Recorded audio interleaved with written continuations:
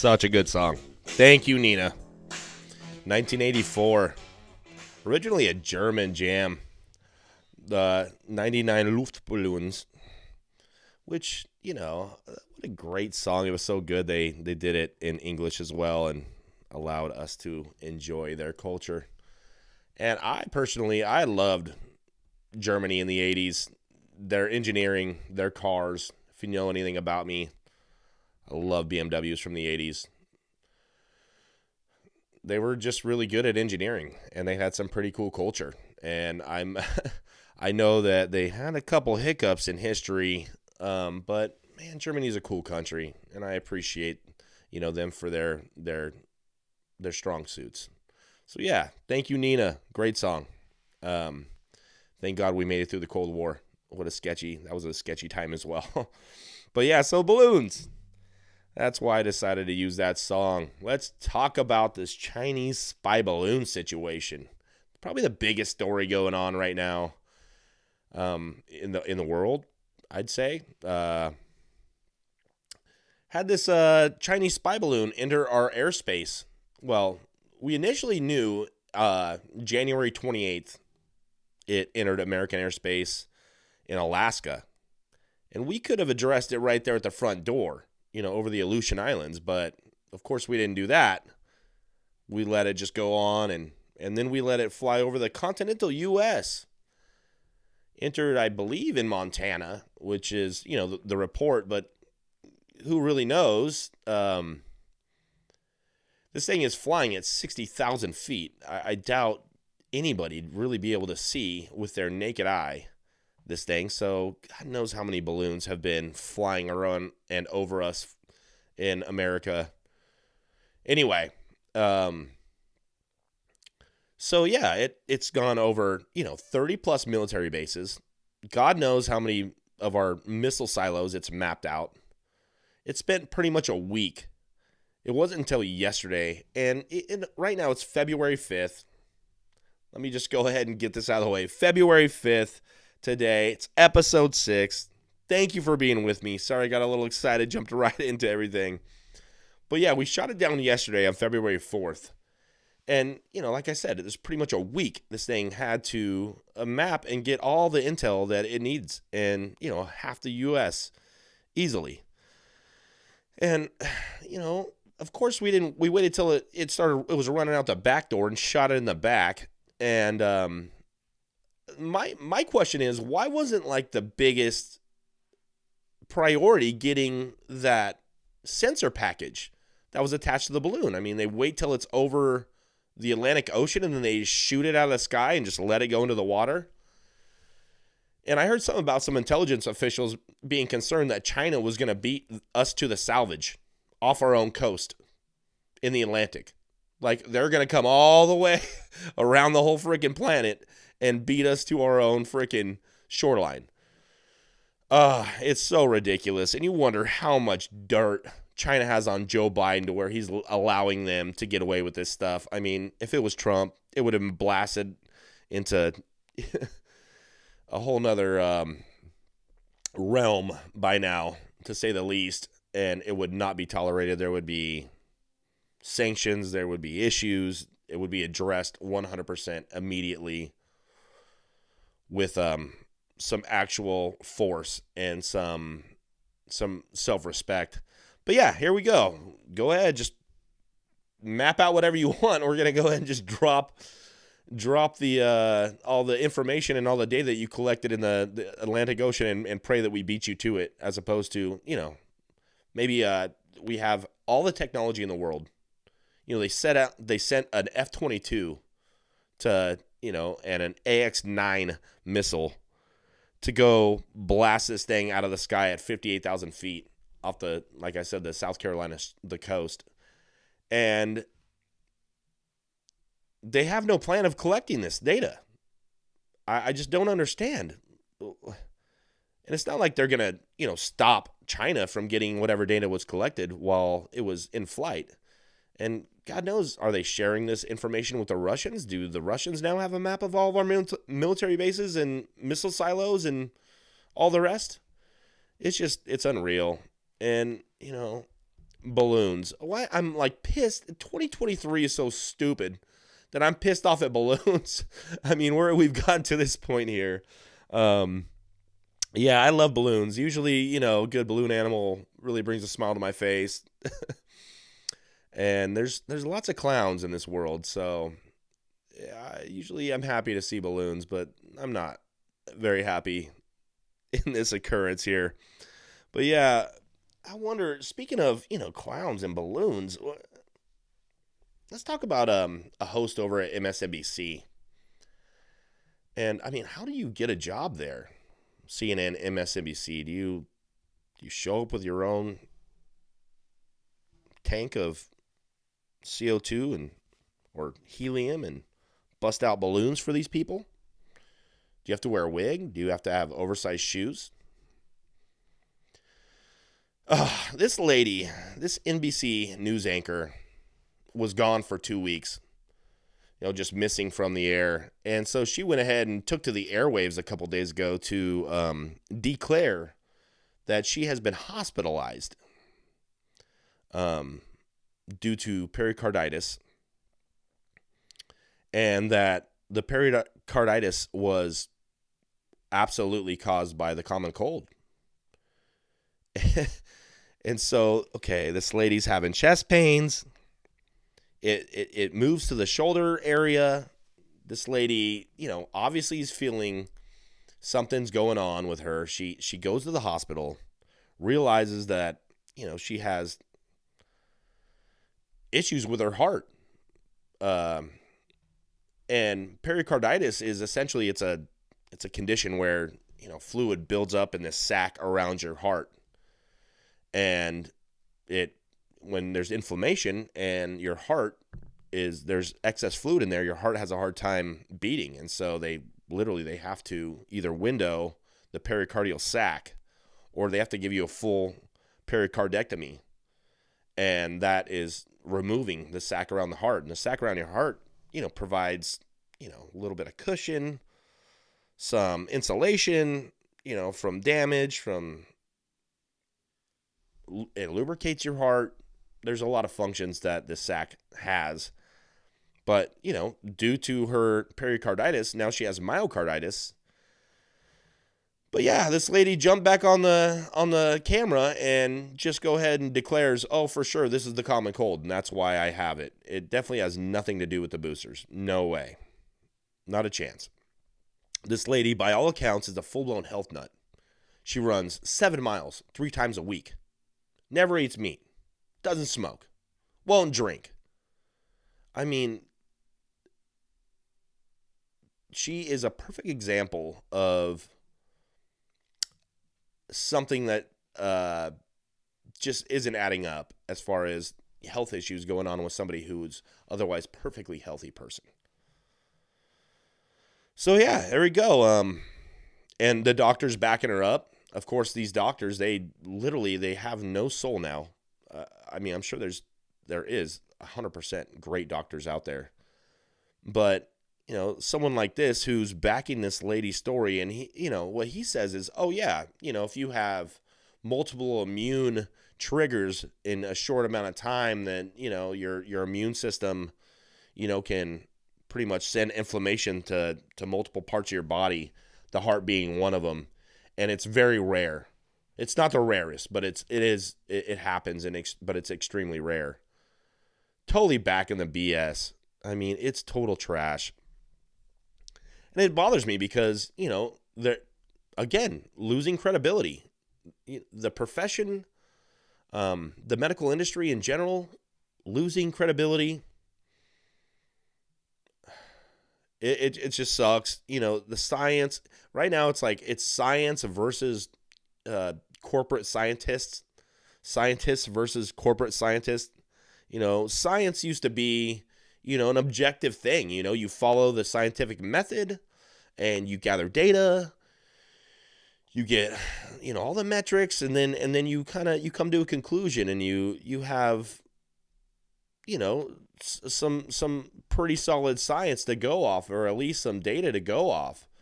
Well, when you are a corporate scientist, you have pretty much a foregone conclusion.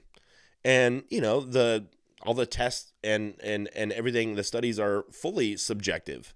And, you can tailor these studies to pretty much get the results that you want. These people are professional liars. They lie through statistics all the time. That is one of their, MOs, is lying through statistics. And they have no problem doing it. Whether people are getting hurt, not, it doesn't even matter. These people they lie. So there you go. You have scientists, ruining the name of science.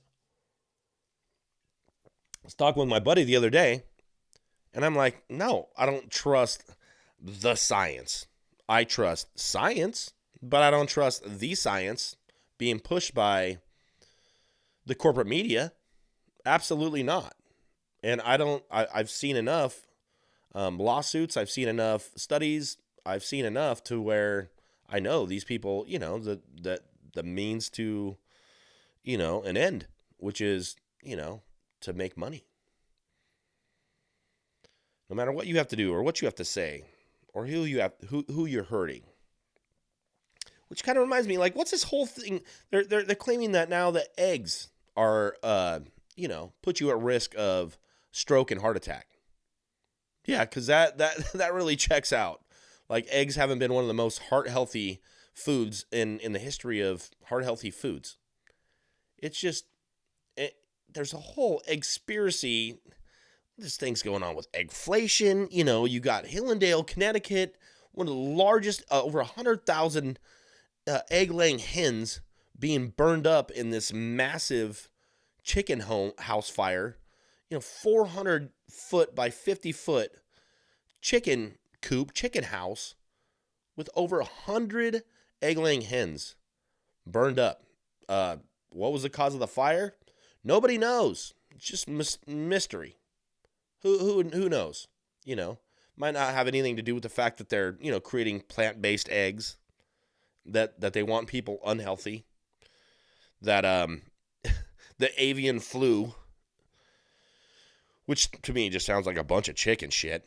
There's this whole chicken feed scandal where, RNA in the food has been, from, main suppliers, Tractor Supply, Red Barn, their main chicken feed, which has been great forever for everybody, now is, causing hens not to lay eggs. So what they're doing is they're getting goat feed. They're putting amendments in the goat feed in order to make, feed good enough for chickens to get the nutrients they need in order to lay eggs again. And luckily that's happening, and people are figuring out, the root of the cause here, which is RNA in the chicken feed. Great. Perfect. So yeah, who knows? I mean, prices for a dozen eggs are a complete yoke. The food supply in general has been attacked. We've seen food processing plants over the last couple of years just getting bombed, smoked, burnt. I mean, it's just one thing after another. It's very clear that they're trying to damage the food supply. On top of the fact that Bill Gates is pretty much trying to GMO everything. Christ. Yeah, okay. So, yeah, let's go on to another story. I always got to give a shout out to my favorite president, old Joe Biden. So the DOJ went ahead and finally, after they told them and planned it and kind of had the lawyers over there and had, days, if not a week, to clear out the residents over, where's this place? It's called Rehoboth Beach in Delaware. Another house, one of many of his residences. Man, for a politician, this guy he crushes it. He does really well. And he must be good with money. He must be a hell of an investor. So yeah, they didn't find anything over there, which is surprising. It's funny. They say, they searched his home. They raid anything with Trump, but with them they search. And but nobody's searching, the University of Delaware, which infamously has a trove of classified documents that Biden took out of the Senate when he left the Senate. So it's like some idiot. You're watching him, fishing, throwing a line in a kiddie pool, standing next to an ocean. Like, you want to catch some freaking fish, dude. If you want to find something, why don't you try? They're obviously not trying. It's obviously corrupt. Big surprise. Wow. Corruption. Who would have thought? Speaking of corruption, Hunter Biden's laptop. We got a California representative, House Rep, Eric Swalwell. He went ahead and let the cat out the bag. I mean, not that we didn't already know. We've known for years now that the Hunter Biden laptop was real, and they suppressed it before the election. But now he, inadvertently and I think accidentally admitted that it was real in a news conference after he got booted from all the intelligence committees there in the House by Kevin McCarthy, which is, one good thing that McCarthy's done. He's still a piece of crap in my opinion, but whatever. At least he kicked Schiff and Swalwell out of the intelligence committees. So Swalwell is infamous for having been compromised. And, I mean, everybody knows this, that a Chinese spy, Fang Fang, cool name, Fang Fang, shout out to Fang Fang, cool name. So he's pissed because he's no longer got, the control and that he wants and the intel that he wants. So he just goes ahead and just screw it. Let's throw everybody under the bus. Because if he's admitting that the laptop is real on that side, then what's the contents of the laptop? What does a laptop kind of infer? Well, it's pretty much just it throws and it ties the Bidens to James Biden, Joe's brother, Hunter Biden, obviously his idiot son that let the laptop go or lost or left the laptop at the shop. This dude, they got all these business dealings and big surprise in China, in Kazakhstan, Mexico, Russia, Ukraine. I mean, literally, the Biden crime family gets around, and there is business dealings. There are tons. There's a plethora of incriminating evidence in this laptop. It goes way, way deep. So, yeah, that's real. We already knew it was real. Pretty much everybody admitted it was real. Twitter and the Twitter files kind of, solidified that for everybody that wasn't already sure, like most of the right already was. But yeah, there you go. More corruption, blatantly being ignored by the DOJ. So yeah, that's cool. We got let's go on to something else. We got Steph Curry. I don't even know the guy's name. I don't even care about the guy, but this idiot is a social justice warrior. And he is, he plays for the Golden State Warriors. I guess they won the championship last year. I don't care. Nobody cares. But this guy is a total political cuck. And he is the absolute antithesis of NIMBY, good old not in my backyard.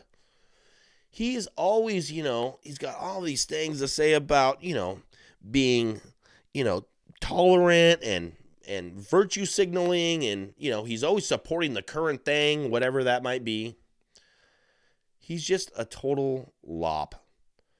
And now he's over at the White House, rubbing elbows with pedo Joe and cackling Kamala, and showing up to press conferences with Karine Jean-Pierre, who is the worst diversity hire of all time.